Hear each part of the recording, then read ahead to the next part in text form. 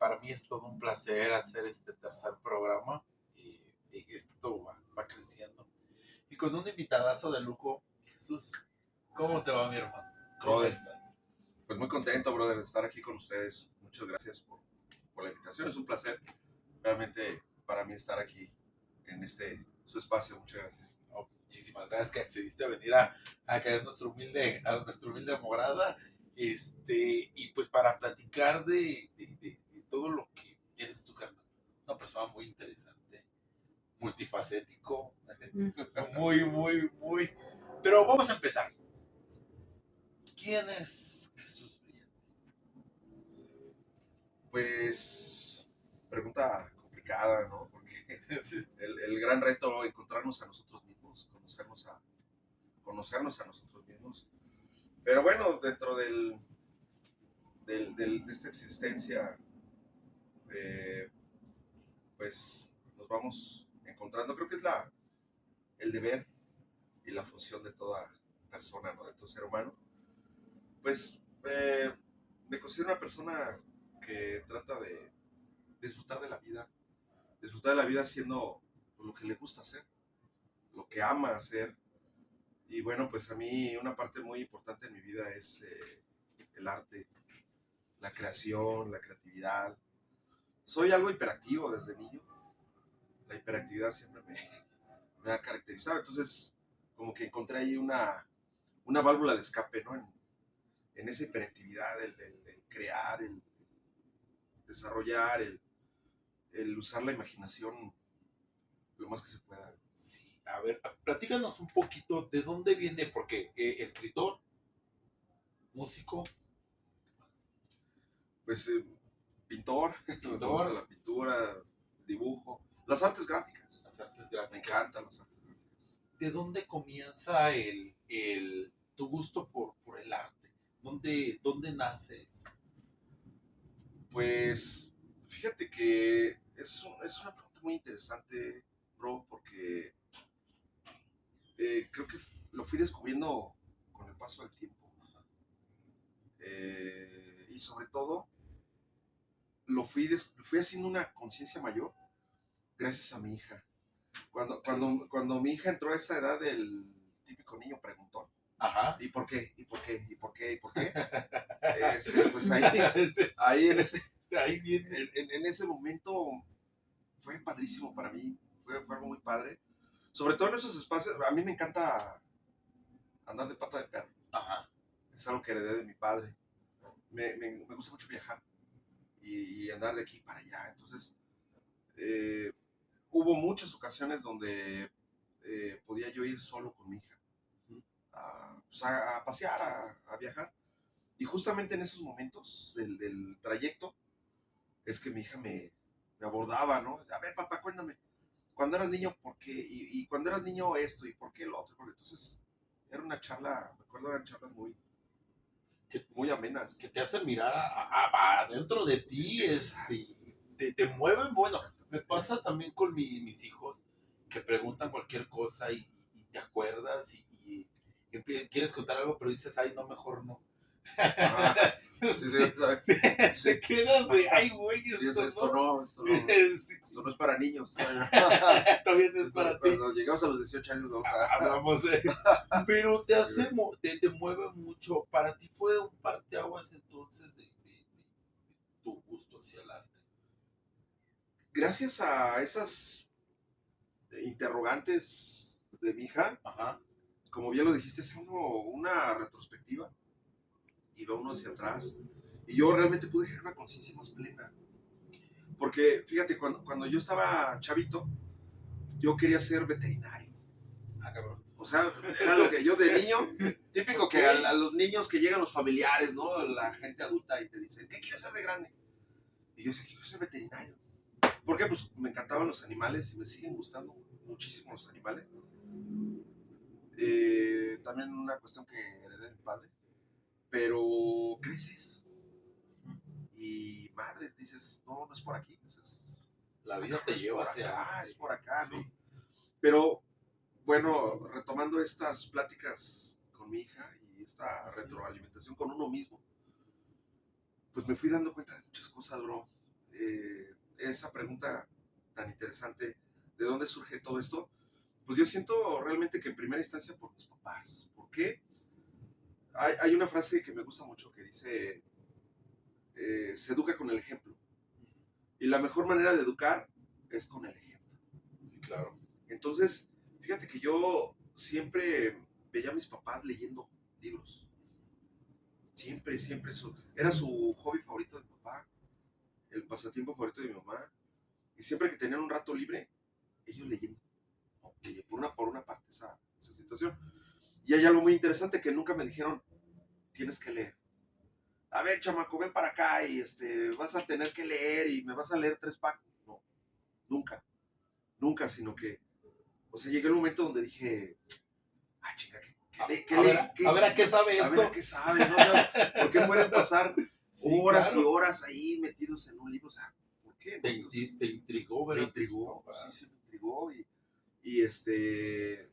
y curiosamente cuando mi papá trabajaba mucho, y cuando mi papá no estaba, que se iba a trabajar, yo agarraba sus libros, así casi casi a escondidas. Él no se enojaba, no se molestaba.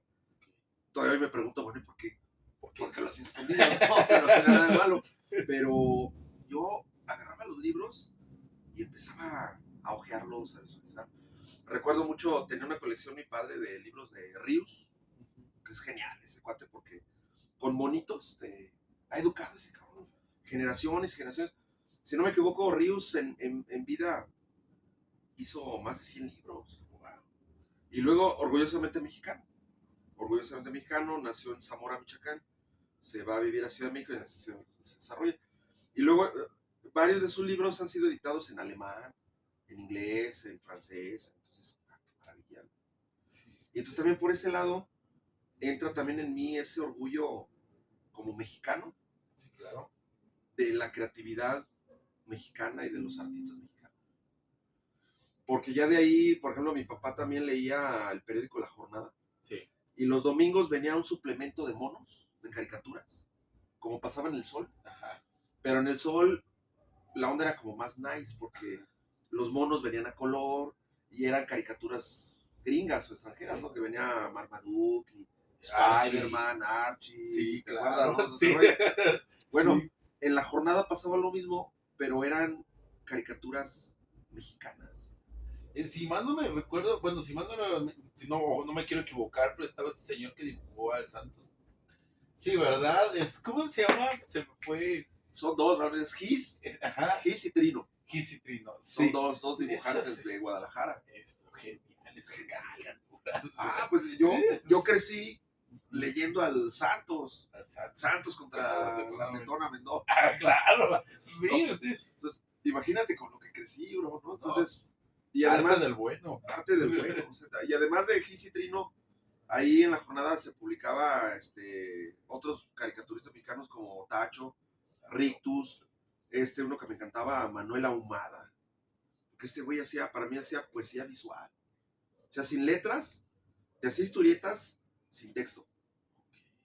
Entonces te contaba toda una historia, pero sin palabras, sin texto. Entonces tu imaginación volaba. Entonces, y yo era un chavito, o sea, yo era un niño, ¿no? Entonces, eso tuvo mucho que ver, muchísimo. Aparte, mi papá era fan de cómics también mexicanos, La Familia Burrón. La familia Burrón. La Familia Claro, Burrón, de Gabriel Vargas, el Memín Pinguín y todas esas historietas. ¿Tú creciste en Ciudad de México? ¿Naciste en Ciudad de México? Nací en la Ciudad de México y allá crecí. Y allá creciste. Sí, allá crecí. Tenías todo, de aquellos años, no había internet, no había...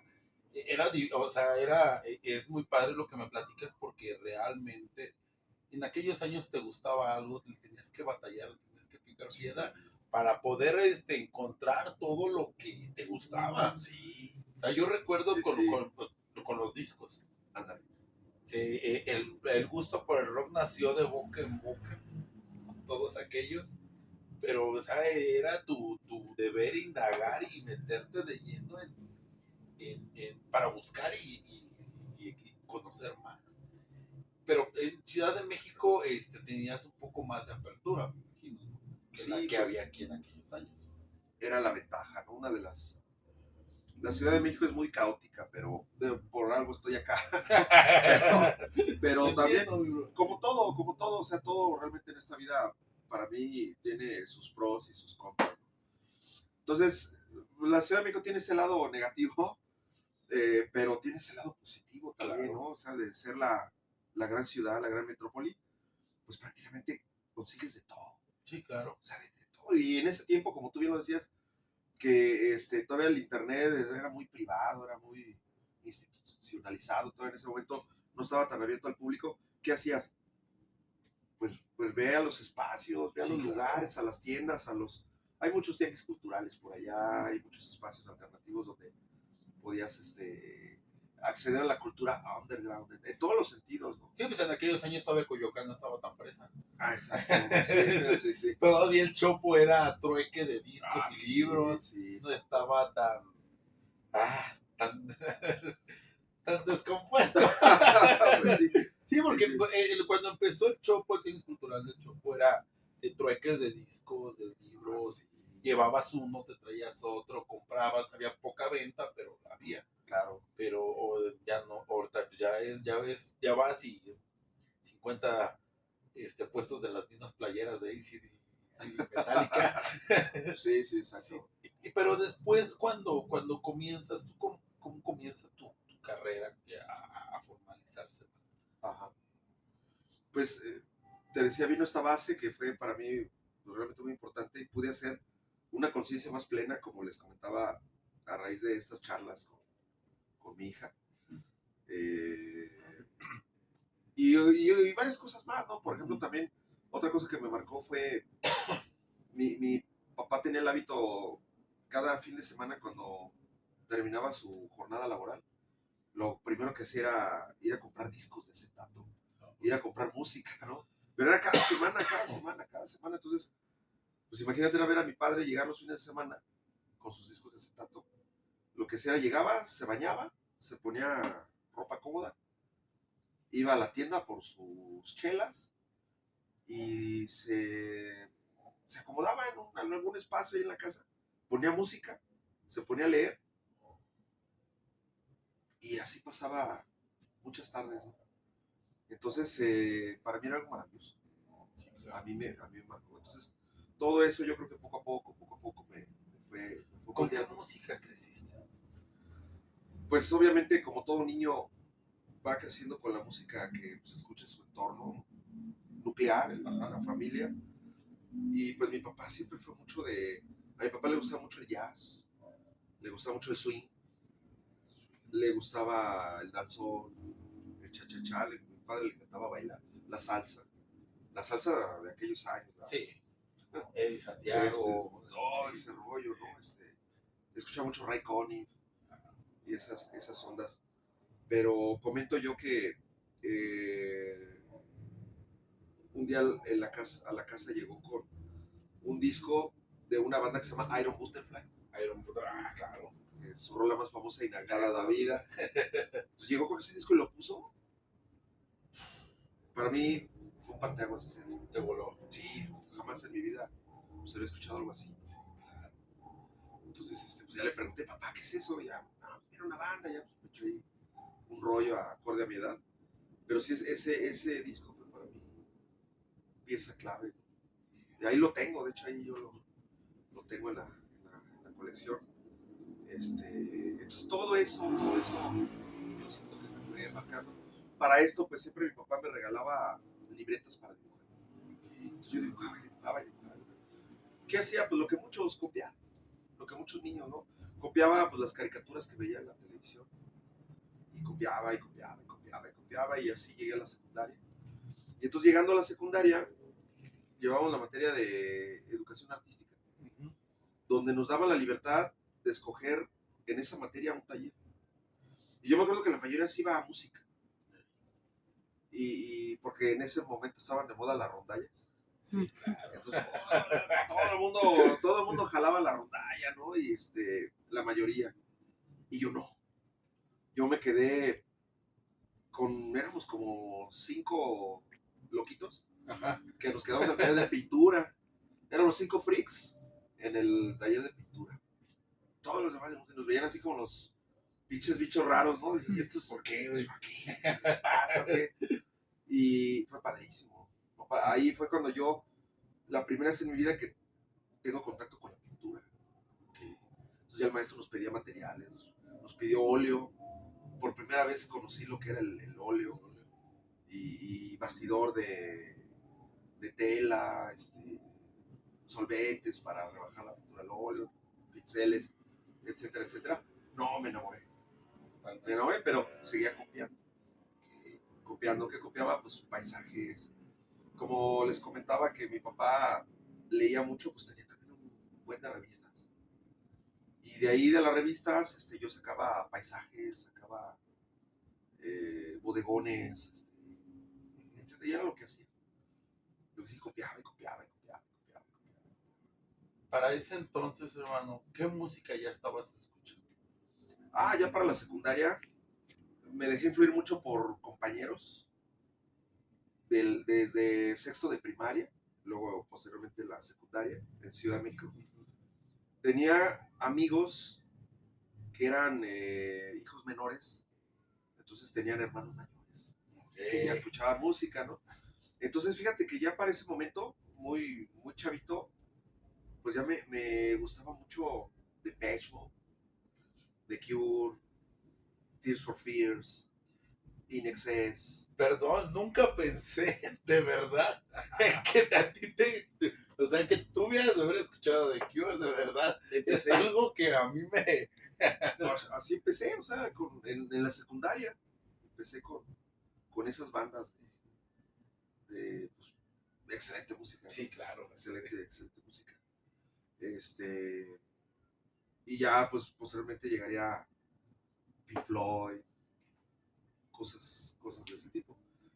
Pero, pues, como les había comentado, ya traía yo la noción de Iron Butterfly. Sí, ya no estabas tan en serio. Sí, y otra cantante que descubrí siendo un niño por mi papá, Enya o Enya, Sí. esta cantante irlandesa que hace música celta con New Age, genial. Sí, bastante bueno. Fabuloso.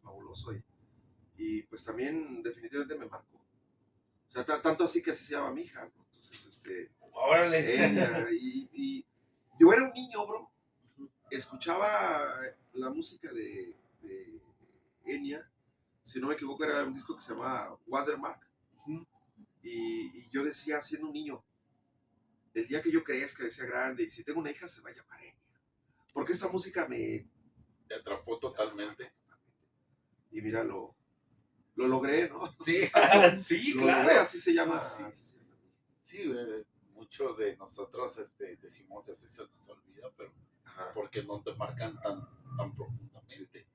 Pero pues sí, entonces sí. ¿De ahí qué sigue, mi hermano? Termina la secundaria. Sí. ¿Qué pasa después en tu vida? Llego de Ciudad de México, llego a Irapuato. Sí. Que para ti fue un cambio, te pesó ese cambio de Ciudad de México para acá. Tremendo. Sí, ese fue un cambio tremendo. Yo ya conocía porque, bueno, es que está bien rara la onda porque nadie de mi familia es de aquí. Pero un día pasó mi abuelo por aquí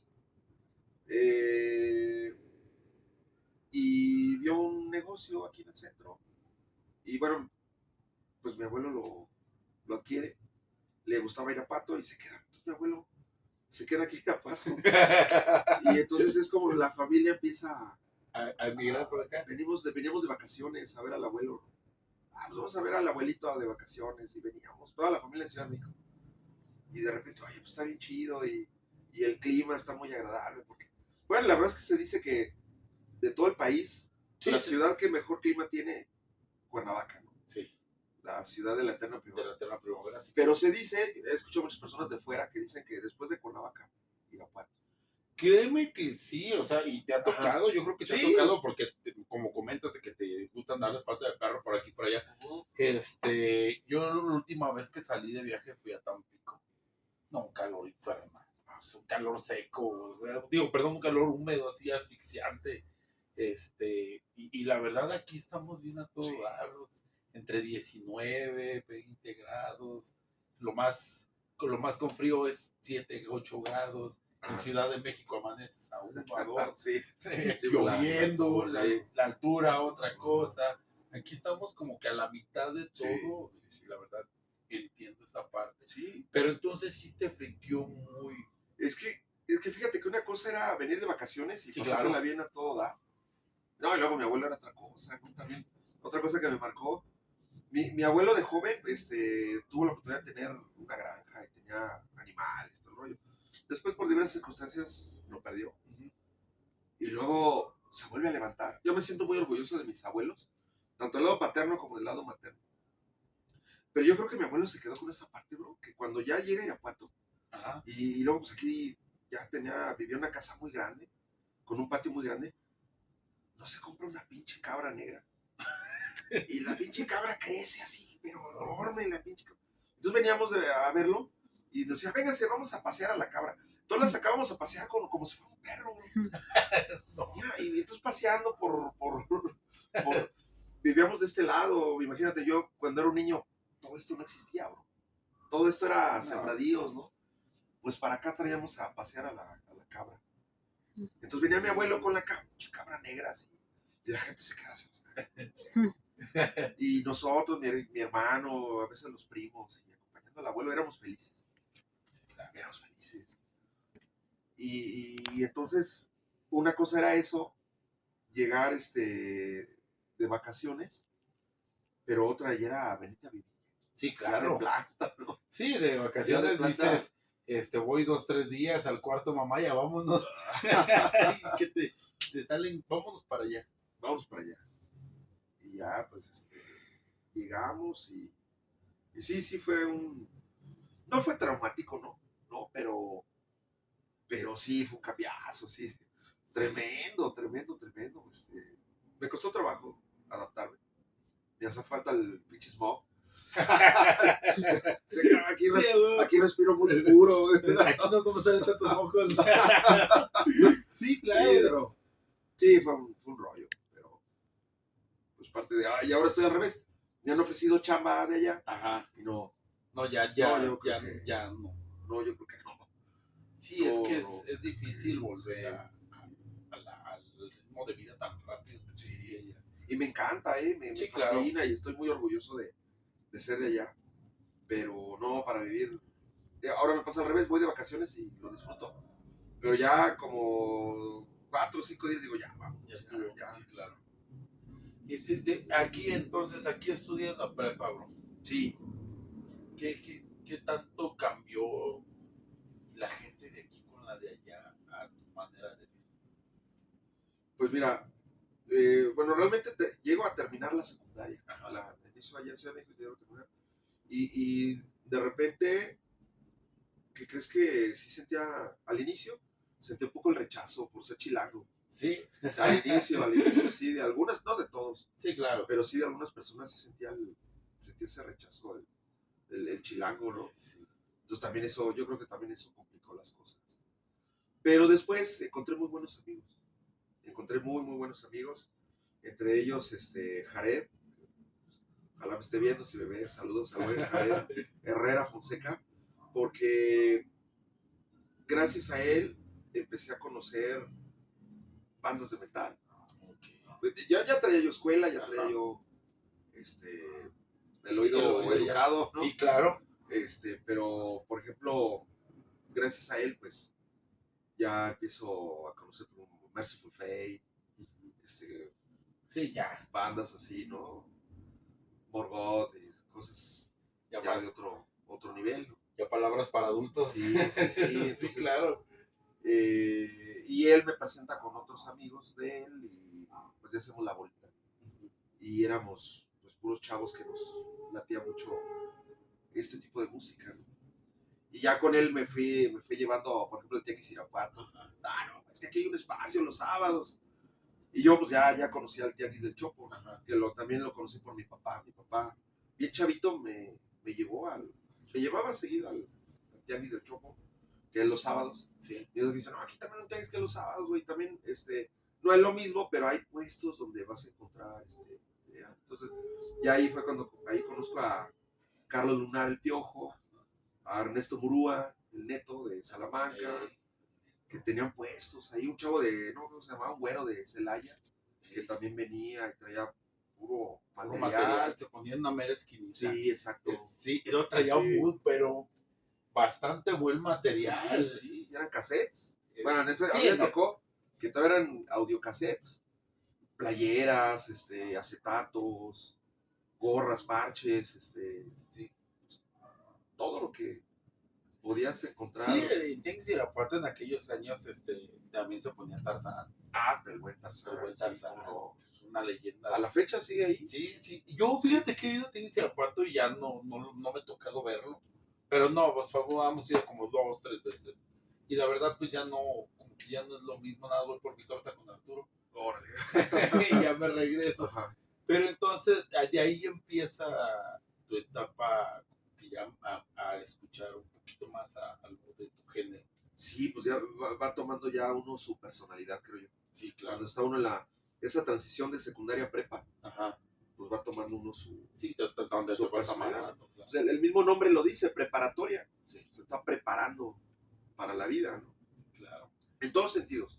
No nada más en la cuestión educativa, Ajá. escolar, académica, sino en muchas cuestiones más. Sí, claro. Sí, vas escogiendo tus amigos con los que vas a caminar prácticamente el resto de tu vida. Porque, Sí. bueno, tengo la fortuna, me imagino que también, de que tienes amigos desde ahí. Ah, sí.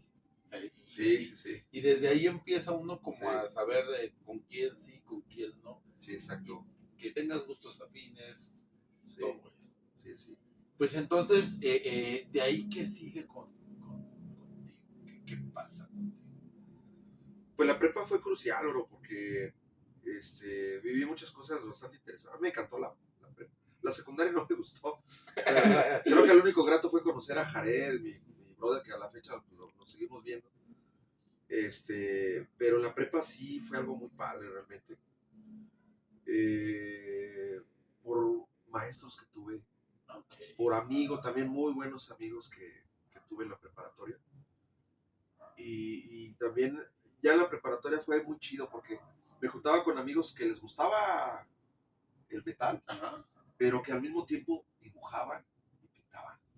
Órale. O sea, fue bien chido. A lo mejor por el bachillerato que elegimos, porque era el único bachillerato donde llevamos clases dibujo natural, dibujo figura humana, dibujo arquitectónico, taller de diseño. Sí, había una cuestión afín. Entonces yo creo que pues, eso tuvo mucho que ver. Pues mira, entonces terminamos este primer bloque. Perfecto. Y para descansar un ratito. Muy bien. Regresamos en 5 minutitos, 5 o 10 minutitos regresamos. Seguimos en su programa Pingo Punto y Nariz. Nos despedimos. Ahorita regresamos. Ahí nos vemos.